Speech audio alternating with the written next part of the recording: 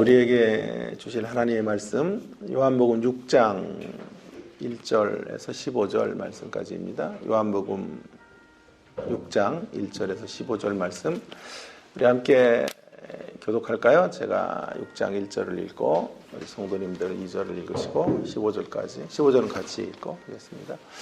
그 후에 예수께서 디베랴의 갈릴리 바다 건너편으로 가시매 큰 무리가 따르니 이는 병자들에게 행하시는 표적을 보았음이로라. 예수께서 산에 오르사 제자들과 함께 거기 앉으시니 마침 유대인의 명절인 유월절이 가까운지라. 예수께서 눈을 들어 큰 무리가 자기에게로 오는 것을 보시고 빌립에게 이르시되 우리가 어디서 떡을 사서 이 사람들을 먹이겠느냐 하시니 이렇게 말씀하시는 말씀은 친히 어떻게 하실지를 아시고 빌립을 시험하고자 하시니라. 빌립이 대답하되 각 사람으로 조금씩 받게 할지라도 200데나리온의 떡이 부족하리이다. 제자 중 하나 곧 시몬 베드로의 형제 안드레가 예수께 여짜오되 여기 한 아이가 있어 보리떡 5개와 물고기 2마리를 가지고 있나이다. 그러나 그것이 이 많은 사람에게 얼마나 되겠사옵나이까. 예수께서 이르시되 이 사람들로 함께하라 하시니 그것에 잔디가 많은지라. 사람들이 앉으니 수가 5,000명쯤 되더라. 예수께서 떡을 가져 축사하신 후에 앉아있는 자들에게 나눠주시고 물고기도 그렇게 그들의 원대로 주시니라.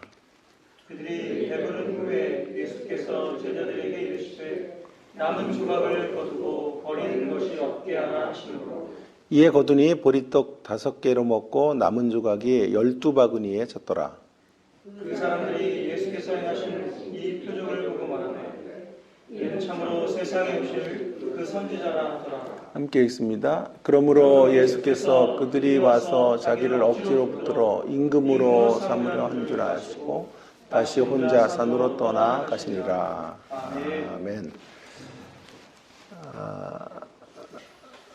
우리가 어떤 상황을 바라볼 때 주로 떨어지는 자리 중에 하나가 이것이냐 저것이냐 뭐 이더 오와 선택일 때가 참 많습니다.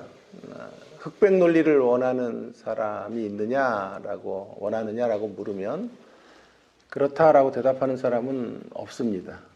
거의 없을 것입니다. 그럼에도 불구하고 이것도 취하고 저것도 취하는 이런 경우보다는 이것이냐 저것이냐의 한편에 서서 또 다른 한편을 예리하게 각을 세우는 때가 훨씬 더 많지 않나 하는 생각을 하게 됩니다. 양자 종합으로 가야 되는데 양자 택일로 나아가는 자세를 견지할 때가 있다라고 하는 것이죠. 성경을 읽을 때도 그렇지 않나 하는 생각이 듭니다. 성경 읽기와 해석에 있어서도 성경을 해석하는 사람들의 성향에 따라서 어떤 이들은 성경 안에 있는 하나님의 예수 그리스도의 창념에서 성경을 읽어야 한다라는 주장을 하는 사람도 있는가 하면 또 어떤 그룹의 사람들은 성경의 인물들이 우리의 본보기가 되는 것이 무엇이 문제인가 라고 하는 그런 태도로 자유롭게 성경을 읽는 분들도 계시죠. 어떤 입장을 취해야 하는가 할 때 저의 답은 양자 종합의 자세를 취해야 한다라고 하는 것이죠. 한쪽에서 또 다른 쪽을 비토하거나 나의 주장만이 옳다고 말한다면 그동안 또 다르게 설교해왔던 많은 분들의 논의들이 무의미해지거나 비판의 대상이 될 수 있기 때문에 그런 것이죠. 오늘 6장 요한복음 6장의 말씀도 오병이어의 기적 사건이죠. 성도들에게 너무나 잘 알려져 있는 오병이어의 표적이 오늘 본문 안에 이제 소개되어져 있는데요. 얼마나 양자 종합의 자세를 놓치고 양자 택일로 선택하며 본문을 읽어왔는지 이런 것들을 좀 우리가 반성하면서 말씀의 제목이 역솔림을 바로잡자라는 이런 제목과 함께 본문을 좀 생각해 보는 시간을 가져보려고 합니다. 역치우침, 또 역솔림이라는 것이 이 본문 안에 우리가 좀 바로잡아야 될 대목이라고 생각을 하는데요. 예수님을 중심으로 본문을 읽어야 한다. 그것이 너무 잘 이루어지지 않았다라고 비판하는 분들은 자칫 또 역으로 그 안에 있는 인간의 요소들, 인간적 요소들을 놓치는 위험이 생길 수 있다라고 말할 수 있겠습니다. 그래서 역으로 다시 또 그것이 또 차별이 되고 본문을 또 다른 극단으로 몰고 가는 해석으로 갈 수 있는 것이죠. 두 가지 면에서 그럴 것 같은데요.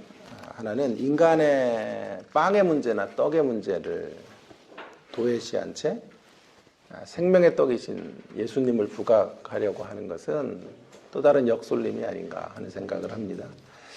그런가 하면 같은 맥락이지만은 인간의 도구됨을 도외시한 채 신적인 측면만을 부각하는 것도 또 하나의 역솔림이 아닌가 하는 생각을 이제 해보게 됩니다.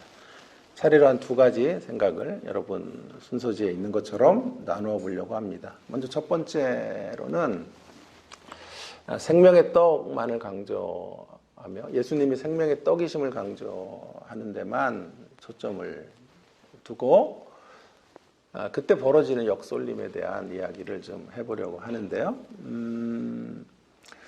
본문이 예수님이 생명의 떡이다라고 하는 것을 강조하는 것은 뭐 아무리 강조해도 결코 지나치지 않아요. 어떤 의미에서 본문의 제일 중요한 메시지다라고 할 수가 있겠습니다.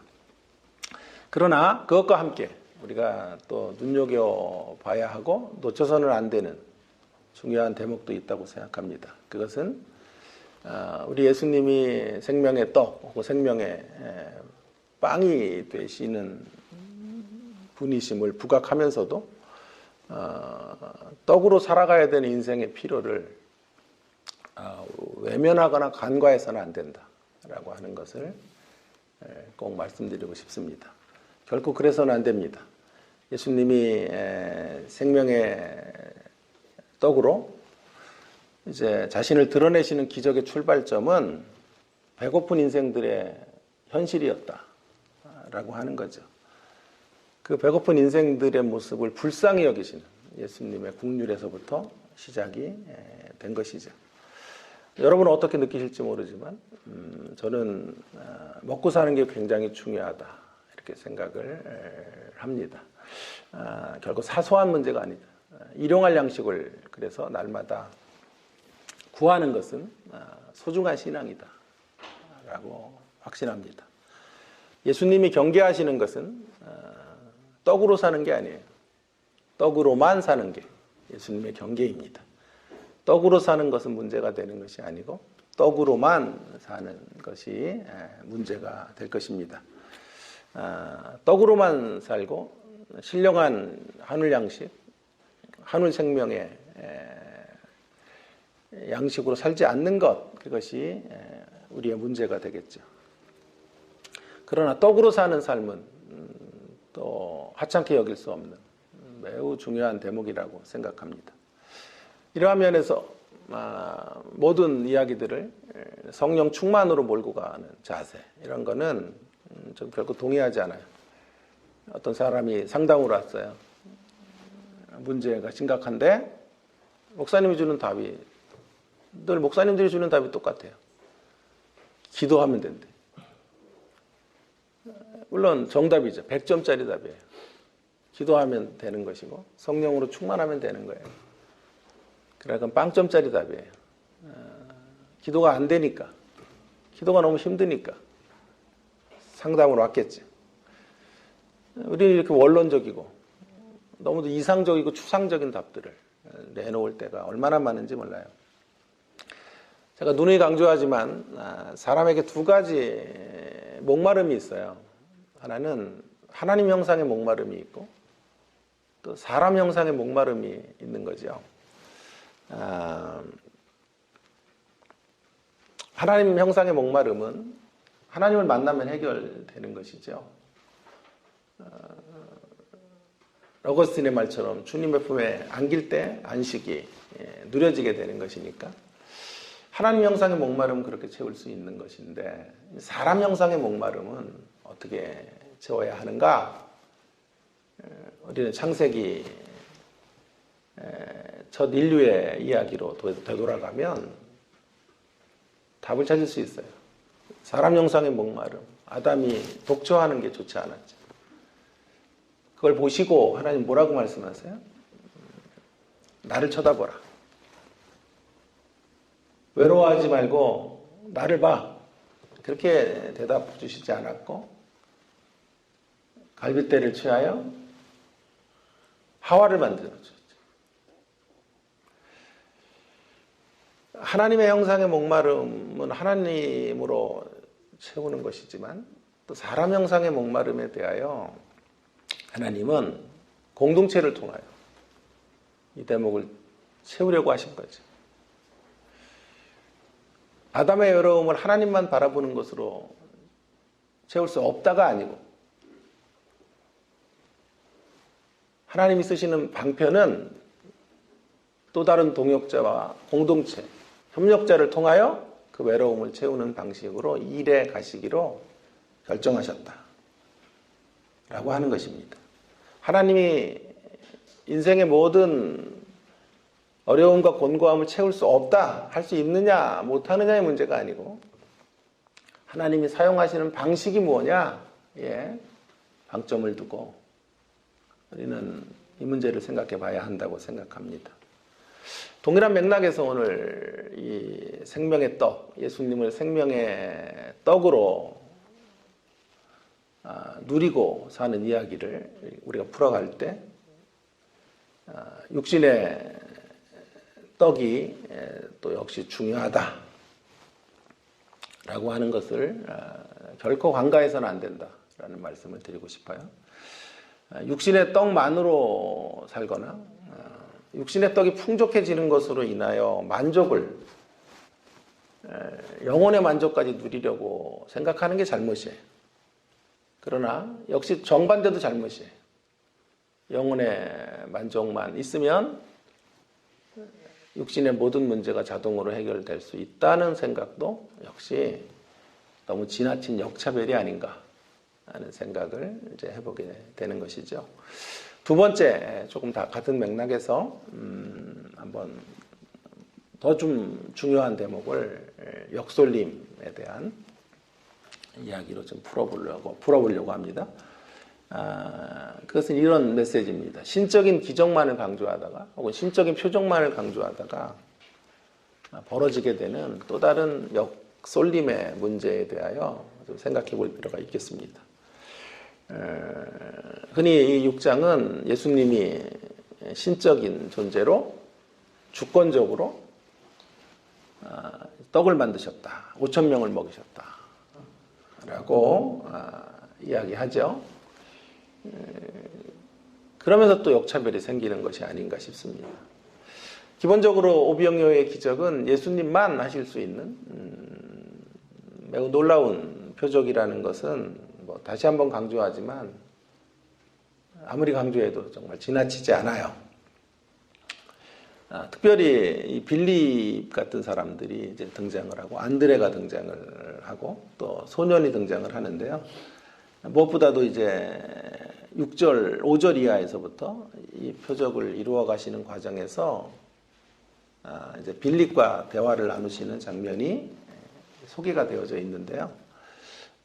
5절을 좀 다시 한번 보시면 예수께서 눈을 들어 큰 무리가 자기에게로 오시는 것을 보시고 빌립에게 이르시되 우리가 어디서 떡을 사서 이 사람들을 먹이겠느냐 하시니 이렇게 말씀하시면 친히 어떻게 하실지를 아시고 빌립을 시험하고자 하심이라. 빌립의 대답을 보세요.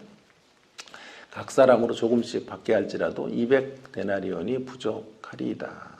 이렇게 빌립이 대답하죠. 매우 인간적인 이런 계산을 가지고 도저히 해결할 수 없습니다. 인간의 수학으로 풀 수 없는 지금 인원들이 몰려 있고 그 어떤 것으로도 이들을 먹일 수는 지금 없습니다. 이렇게 말하는 것이죠. 자, 이런 이야기들이 우리에게 주는 1차적인 메시지는 예수님만 하실 수 있는 기적이고 표적이라는 것을 더 부각시킬 수 있겠죠. 예수님만이 진정한 능력자이시고 진정한 공급자이시다라고 하는 것을 강조하고 있죠. 인간의 셈법으로 답이 안 나올 때 결국 하나님의 셈법이 그것을 해결하게 된다라고 하는 것을 강조하죠. 그러나 이런 강조가 이런 신적인 측면의 어떤 요소들이 결국 인간적인 협력이나 헌신을 스킵하게 만들어서는 또 안 된다고 생각합니다. 하나님의 일하심의 중요한 원리는 인간을 통하여 그분의 사역이 펼쳐지도록 하는 것이죠. 어떤 방편으로도 주권적으로, 일방적으로 예수님이 떡을 만드실 수 있으셨는데 오늘 본문을 우리가 들여다보시면 특별히 안드레의 중재와 한 소년의 헌신이라 그럴까요? 소년의 드림이 이 길목에 통로가 되고 있는 것을 말해주는 거죠. 만약에 예수님만을 부각하려고 했다면 이런 이야기들은 사족에 불과하겠죠. 그러나 예수님의 기적의 길목에 지금 3명의 사람들이 어떤 모습으로 서 있는 것들을 성경이 강조하고 있는 거죠. 빌립과 안드레와 소년이 서 있는 거죠. 이 셋 중에 제일 긍정적인 어떤 역할을 감당하는 사람은 작은 소년이 되겠습니다. 그러나 이제 일단 오해는 하면 안 돼요. 오해가 있어서는 안 되는데 오해는 금물이고요. 어떤 오해가 금물이냐 하면 인간의 협력이 필요하기 때문에 하나님이 지금 빌립에게 물으시고 안드레를 독려하시거나 또 작은 소년의 이런 헌신을 원하셨다라고 생각할 수는 없습니다. 성경은 그런 차원으로 동역에 대해서 우리에게 이야기하고 있지 않죠. 하나님이 그 사역의 통로가 되는 그런 합작품으로 하나님의 역사들이 이루어지도록 하나님은 그런 방식으로 하나님의 사역들이 펼쳐져 가도록 하나님 방식을 정하신 것이다 라고 봐야 하겠습니다. 이 대목에서 이제 사실은 우리에게 감격이 있는 거죠. 그런 동역의 반열에 세워주신 감격. 사실은 동역이라고 하는 것은 한 사람보다 둘이 함께 모여서 시너지 효과가 나야 되는 거거든요. 일과 일이 만나서 이 이상의 효과가 나든지 엄청난 열매와 결실들이 그 만남을 통해 이루어질 때 동역이라고 하는 건데 기본적으로 우리는 목이 곧고 패역한 인생들이에요. 그래서 이 동역의 자리에서 하나님을 빛낼 수가 없어요. 예수님의 역사를 우리가 그르치는 존재들이지 그분의 구속 역사에 큰 도움이 되는 존재들이 아니에요. 그럼에도 불구하고 이제 이런 동역의 모습으로 우리를 불렀다라고 하는 것이 어마어마한 감격이고 저와 여러분을 이렇게 교회로 부르시고 하나님이 이 교회를 통해 우리 교회를 통해서 이 땅에 죽어가는 영혼들을 향한 구속사역들을 펼쳐가시는 그 일에 우리가 부르심 받았다라고 하는 것이 이 면에서 엄청난 감격이고 또 다른 의미의 행복이다 라고 말할 수 있겠습니다. 조금 더 가보면 감격만이 아니라 이제 또 갈망도 있어야 된다고 생각해요. 우리를 함께 동역으로 초대하신 것에 대한 갈망이 있어야 돼요. 어떤 갈망이 있어야 되냐 하면 수준을 좀 높이는 동역을, 수준이 좀 높아지는 동역, 그걸 갈망해야 된다고 생각합니다. 수준 높은 동역. 오병이어의 기적은 그 오병이어의 기적이 나타나는 현장의 과정에 이상해요. 마이크가 나만 내가 잡기만 하면 이상하게 안 돼요. 그래가지고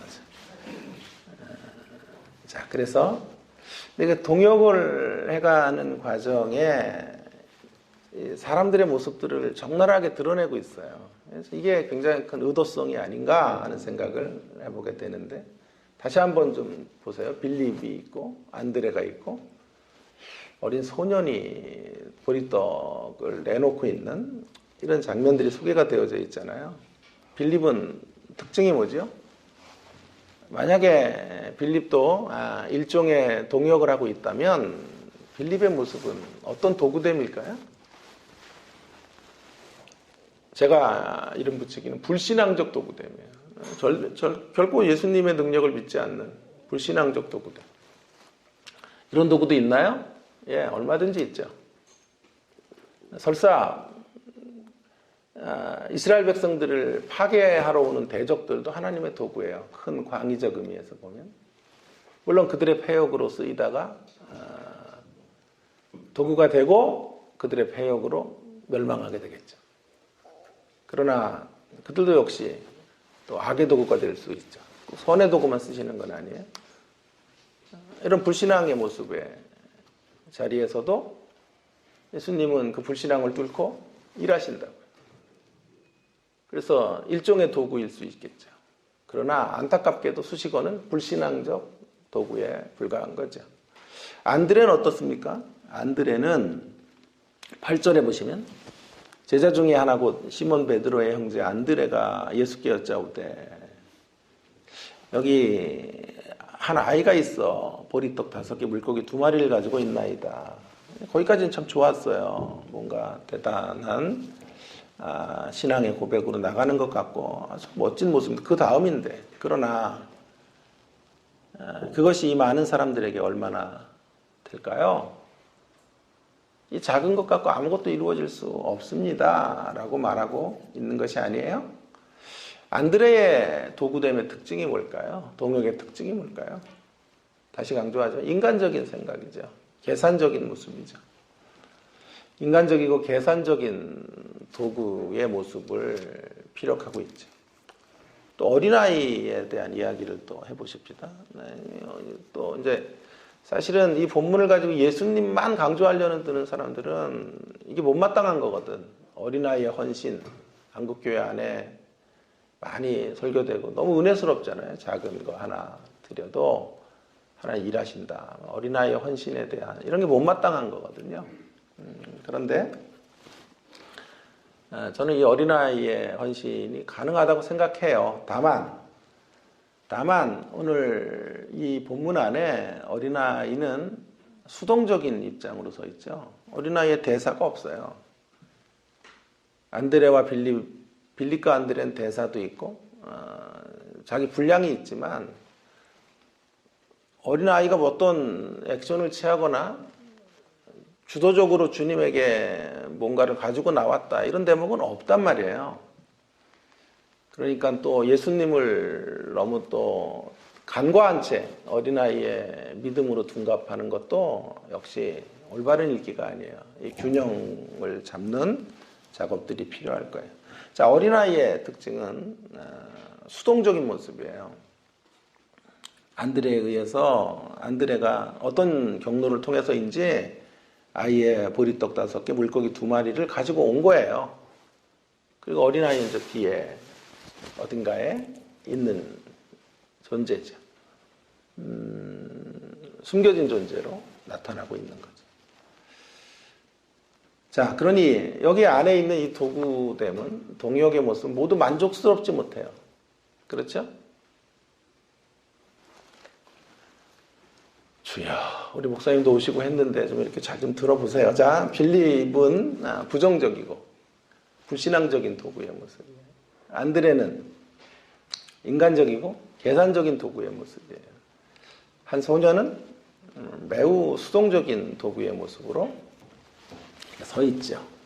만족스럽지 않죠. 저는 여기에 이 본문에 또 중요한 초점이 있다고 생각해요. 왜 만족스럽지 않은 도구들의 이야기들을 이렇게 하고 있는 것일까? 이것이 우리를 향한 무언의 도전이 아닐까 하는 묵상을 해보게 되었습니다. 빌립과 안드레와 어린 소년의 도구됨 혹은 동역의 모습 그 이상으로 가야 된다라는 메시지가 아닐까요? 그러니 동역을 향한 모범답안은 여기 없는 셈이에요. 이거만 있는 거죠, 본문에. 하지 말아야 될 동역. 우리가 가지 마라, 바람직하지 못한 동역만 본문에 소개되어져 있는 거죠. 이제 그러면 나머지 답은? 네 번째 답은? 세 가지 바람직하지 못한 동역의 모습이 나왔으니 네 번째 답은 어쩌면 우리에게 열려져 있는 거 아니에요? 이 글을 읽는 독자가 이보다 더 수준 높은 동역의 자리가 어떤 자리인지를 고민하고 그것들을 답안지로 내놓고 살아라. 그렇게 말씀하시고 있는 것이다. 라고 생각이 들어요. 빌립과 안드레와 어린 소년의 수동성을 훌쩍 뛰어넘는 동역. 그 동역 안에 주님을 드러내고 주님의 생명의 떡 되심의 통로가 되는 일들, 그 사역들을 감당하고 그 일의 동역자가 되라고 지금 성경은 이걸 읽는 독자들에게 권면하고 있는 것이겠죠. 동일한 이야기가 사사기 1장에 있다고 생각하는데요. 사사기 1장에 보시면 이스라엘 백성들이 가나안 땅을 정복하는 방법은 올라가는 거예요. 그래서 계속해서 올라가야 되는 사명을 가지고 이제 그들이 서 있는데 두 그룹이 생겨요. 올라가는 모습에 있어서. 첫째로는 올라가지 않아요. 올라가야 마땅함에도 올라가지 않는 부류가 대다수의 부류예요. 그 중에 유다 지파와 요셉 지파들은 올라가요. 그런데 철병거가 있는 데까지만 가요. 반쪽짜리 순종이죠. 반쪽짜리 도구죠. 불신앙적 도구와 반쪽짜리 도구의 모습이 소개되어져 있는 거예요. 그런데 올라간 대목만큼은 다 승리를 거둬요. 올라간 영역만큼은 하나님이 이김을 주신다. 자, 그러니 사사기 1장에도 진정한 제3의 답은 올라가지 않음과 반쪽짜리 올라감, 그 다음의 답은 우리가 써내려가야 되는 거예요. 오늘 동일한 이야기가 빌립과 안드레와 소년의 이야기, 그 다음의 답을 우리로 써내려가도록 하시는 것처럼 사사기도 역시 그런 이야기를 하고 있는 거죠. 모범답안은 뭘까요? 철병거가 있어도 약속의 말씀을 붙잡고 마지막까지 가나안 땅을 정복해내는 동역. 그런 동역이 우리의 동역이 되어야 한다. 성경이 지금 강조하고 있는 것이죠. 이러한 모습에 귀감이 되는 한 사람을 이야기하고 오늘 말씀을 좀 마치려고 하는데요. 또 손님 오셨는데 너무 길게 하면 야 진짜 질린다 이럴 것 같으니까요. 오늘은 제가 1시간 하던 거 좀 줄여서요. 이렇게 짧게 마치도록 할게요. 자, 우리에게 귀감이 되는 모습은 사도행전 9장인데요. 한번 사도행전 9장을 한번 가보겠습니다. 사도행전 9장은 저는 매우 중요한 장이라고 늘 생각을 하는데 왜 중요하냐 하면 사울이라는 이가 변화되는 거죠. 그래서 그가 사도 바울의 이제 자리에서 하나님의 역사에 쓰여지는 바울의 개종의 이야기인데요.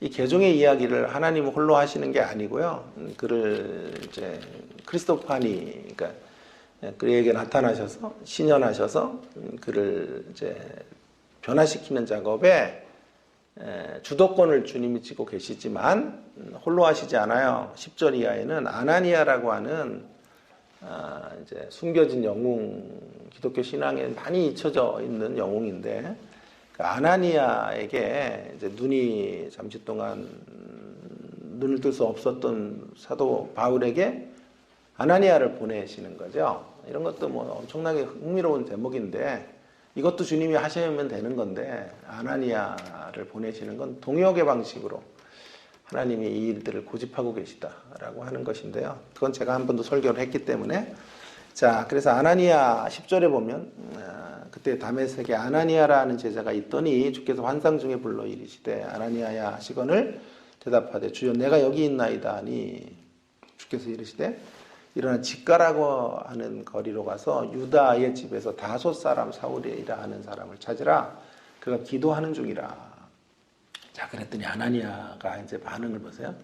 그가 아나니아라는 사람이 들어와서 자기에게 안수하며 다시 보게 하는 것을 보았느니라 하시거늘 13절이 재밌죠. 아나니아가 대답하되 주여 이 사람에 대하여 내가 여러 사람에게 들었사온즉 그가 예루살렘에서 주의 성도들에게 적지 않은 애를 끼쳤다 하더니 여기서도 주의 이름을 부르는 모든 사람을 결박할 권한을 대제사장들에게서 받았나이다 하거늘. 그러니까 13절 14절에 보니까 아나니아가 주춤하는 거죠. 사울에게로 가라고 하시고 그에게 안수하고 그를 기독교 신앙의 어떤 동역자로 받아들이라고 하시자 아나니아가 발끈하는 거예요. 이거 공문 가지고 우리 죽이던 사람이에요. 지금 변화된 척 하는 거지 주님 속지 마셔야 돼요. 이 사람 또 이러다가 획 바뀔 수 있으니까 이건 아니지 않습니까? 라고 항변하는 거죠. 그랬더니 주께서 뭐라 그러세요? 15절이에요. 주께서 이르시되 가라 이 사람은 내 이름을 이방인과 임금들과 이스라엘 자손에게 전하기 위하여 택한 나의 그릇이라. 그가 내 이름을 위하여 얼마나 고난을 받아야 할 것을 내가 그에게 보이리라 하시니. 그렇게 주님의 설득을 받고 이제 아나니아의 이런 도구됨의 모습이, 동역의 모습이 얼마나 높아지는지를 보세요. 17절에 아나니아가 떠나 그 집에 들어가서 그에게 안수하이르되 저를 감동시켰던 구절이 이거예요. 형제 사울아, 형제 사울아, 주께서 내가 오는 길에서 나타나셨던 예수께서 나를 보내어 너로 다시 보게 하시고 성령으로 충만하게 하신다 하니. 형제 사울아, 예수님의 말씀 앞에서 그는 자신이 갖고 있는 잘못된 생각들을 다 내려놓고 신실한 동역으로 가는 거예요. 그래서 사울을 만나자마자 그를 형제, 우리 형제요 라고 그를 부르고 있죠. 제가 지난번에 한번 설교 때도 얘기했죠. 형제 기독론 이런 얘기도 했는데 형제 교회론, 친구 교회론, 형제가 아니라 친구 기독론 이런 얘기를 제가 특별하게 만들었던 기억도 있는데 그렇게 형제라고 부르는 거죠. 형제라고 부르는 것. 하나님의 비서실장이에요. 아나니아는. 신실한 도구예요. 성숙한 도구. 주님이 믿고 맡기고 마음껏 믿고 맡길 수 있는 사람. 그 사람으로의 동역의 자리로 나아가고 있는 거죠. 이 동역이 있었길래 사도 바울이 기독교 신앙의 가장 중요한 자리로 건너올 수 있는 길목이 되었다 라고 말할 수 있어요. 예수님의 주도권이 뭐 절대적인 것이지만 그 길목에 아나니아가 있었고 제가 이제 더 다루지는 않았지만 바나바 같은 사람들이 길목에 서주었기 때문에 사도 바울이 위대한 사역을 펼칠 수 있었다라고 말할 수 있겠습니다. 자, 말씀을 좀 마무리하겠습니다. 성경 읽기와 해석에 있어서 그 어떤 역솔림이나 치우침은 없어야 된다. 생명의 떡이신 주님 안에 우리의 육신의 필요는 간과할 수 없는 중요한 대목이고 그런 육신의 필요를 구하는 것을 하찮은 신앙으로 여기는 건 또 다른 역설립니다. 정직한 신앙의 자세가 아니라고 생각해요. 교회가 이상을 추구해가는 건 좋지만 공허한 이상주의적 종교가 되어서는 결코 안 된다. 그러니 자꾸 세상이 공허하게 듣는 거예요. 우리의 메시지를. 우리들만의 리그가 아니잖아요. 이 세상 사람들을 향하여 복음을 전해야 되는 우리의 모습. 그런가 하면 또 주님이 주권적으로 하시는 사역, 일방적으로 하시는 사역이지만 그분은 그 사역에 인생들을 초대하시고 인생들과 함께 동역의 방식으로 일해가기를 원하시는 거예요. 그것이 우리를 배려하시는 차원이기 때문에 감격이지만 동시에 거룩한 부담이 되어야 한다라고 말씀드리고 싶어요. 늘 감격하면서 부담을 가져야 돼요. 보다 성장하는, 보다 성숙해가는 그런 동역을 하고 싶습니다. 그런 동역자가 되고 싶습니다. 아나니아를 부러워하십시다. 아나니아와 같은 사람들, 아나니아와 같은 동역이 모범답안이 되어 하나님 앞에 올려드릴 수 있는 주님의 십자가교회 모든 성도님들 되어주시기를 주의 이름으로 축원합니다. 함께 동성으로 같이 오늘 주신 말씀을 기억하면서 함께 기도하면 좋겠습니다. 오늘 여러분 떡으로만 사는 것은 잘못이에요. 하나님 말씀으로 살아야 하죠. 그러나 일용할 양식을 구하는 것은 우리에게 분부하신 바이고 그것도 관가해서는 안 된다. 주님의 일방적인 은혜 일하심, 주권적 역사 속에 우리를 늘 동역으로 부르시고 도구로 부르시고 있는 그 대목도 놓쳐서는 안 된다. 오늘 말씀을 우리가 생각하면서 하나님 신실한 도구이기 원합니다. 보다 성숙한 도구이기 원합니다. 빌립처럼 도구라고 하면서 하나님을 신뢰하지 못하는 이런 도구 되지 말게 하시고 안드레처럼 인간적이고 계산적인 모습으로 주님의 도구로 서 있지 않게 하시고 한 소년처럼 수동적인 모습으로 서 있는 도구가 아니라 매우 적극적으로 긍정적으로 하나님 안에 붙들려 쓰여지는 아나니아와 같은 도구 그런 도구로 주 앞에 사용되어지는 우리 주님의 십자가 교회 또 그런 우리 가정 그런 저의 모습이 되게 하여 주시옵소서. 통성으로 한 1분 정도 기도하고 마무리하도록 하겠습니다. 기도하십시다. 하나님 아버지 은혜를 감사합니다. 오늘도 저희들에게 귀한 생명의 말씀을 주시고 이 말씀 속에서 하나님 우리가 어떤 도구로 하나님 앞에 서야 하는지 알려주셔서 감사드립니다. 하나님의 은혜 안에 하나님의 역사 속에 저희들이 오늘도 부름받고 있고 이 길을 걷고 있습니다. 신실한 도구로 신실한 동역으로 하나님 되심을 드러내고 예수 그리스도의 영광과 존귀 앞에 주님 쓰여지는 저희들 되어지기 원합니다. 나를 사용하시는 것에 늘 감격하며 살아갈 수 있는 하나님의 역사들 속에 붙들리도록 인도해 주시기를 간절히 원합니다. 하나님 아버지 붙드시고 우리를 주의 그런 도구들로 하나님 사용해 주시기를 원합니다. 하나님 앞에 쓰여지는 생애,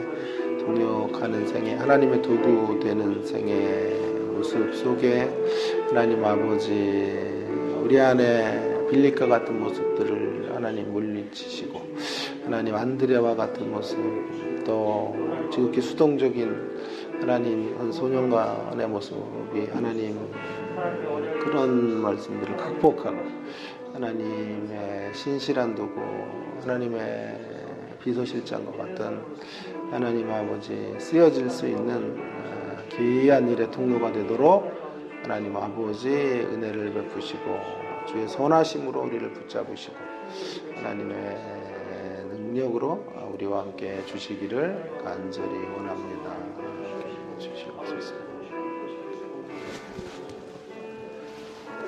하나님 아버지, 오늘도 저희들을 사랑해 주셔서 귀한 예배로 부르시고 또 주의 말씀 앞에 겸손히 설 수 있도록 인도해 주심을 감사드립니다. 우리가 어떤 도구로 또 어떤 동역자들로 주의 일들을 감당해야 하는지 오병이어의 기적을 통하여 말씀해 주셔서 감사드립니다. 하나님 아버지, 주의 도구라고 말하며 빌립처럼 살지 않게 하시고 안드레처럼 서 있지 않게 하시고 수동적으로 그렇게 하나님의 역사 속에 이끌려가는 도구가 되지 않도록 도우시며, 하나님, 우리가 진정한 이 시대의 아나니아처럼 하나님 앞에 그렇게 쓰여지는 통로들 되어지기를 간절히 원합니다. 선한 마음, 착한 마음 가지고 주의 일에 힘쓰는 저희들이 되게 해주시고 신실하고 성숙한 하나님의 뜻을 받드는 그런 교회로, 그런 성도님들로 우뚝 세워져 가도록 함께하여 주시옵소서. 그래서 우리의 작은 몸짓을 통하여 우리 하나님의 생명의 떡되심이 세상 가운데 전달되게 하시고 증거되어지는 놀라운 역사들이 날마다 펼쳐져 가도록 인도하여 주시옵소서. 주일 예배를 또 주님 앞에 올려드립니다. 하나님의 말씀이 줄다름질치는 예배되게 하시고 하나님의 약속의 말씀들로 인하여 우리가 다시 용기를 얻고 새 힘을 얻는 복된 예배의 시간 되도록 함께하여 주시옵소서. 우리 가운데 연약한 지체들 하나님 강건하게 하시고 몸이 불편한 성도님들, 또 가정의 부모님들, 연로하신 분들 치유의 강선을 베풀어 주셔서 회복의 언덕으로 나오실 수 있도록 은혜를 베풀어 주시기를 간절히 원합니다. 이 시간도 개인으로 또 간절한 기도의 제목을 가지고 하나님 앞으로 기도할 때 주님 우리의 기도에 응답하시고 역사하여 주시옵소서.